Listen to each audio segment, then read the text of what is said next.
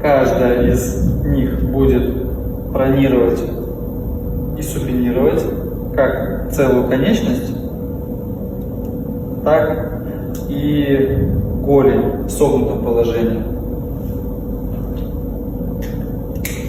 Когда мы голень согнем, нам открывается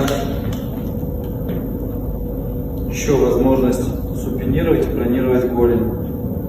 Пока конечность выпрямлена, этого движения нет, потому что у тебя становится конечность монолитная.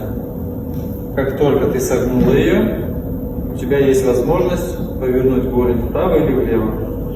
Соответственно, двууглавая будет супинировать, перепончатая полусухожильная будет пронировать, вращать наружу.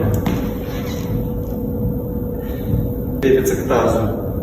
Они пересекают тазобедренный сустав и коленный сустав.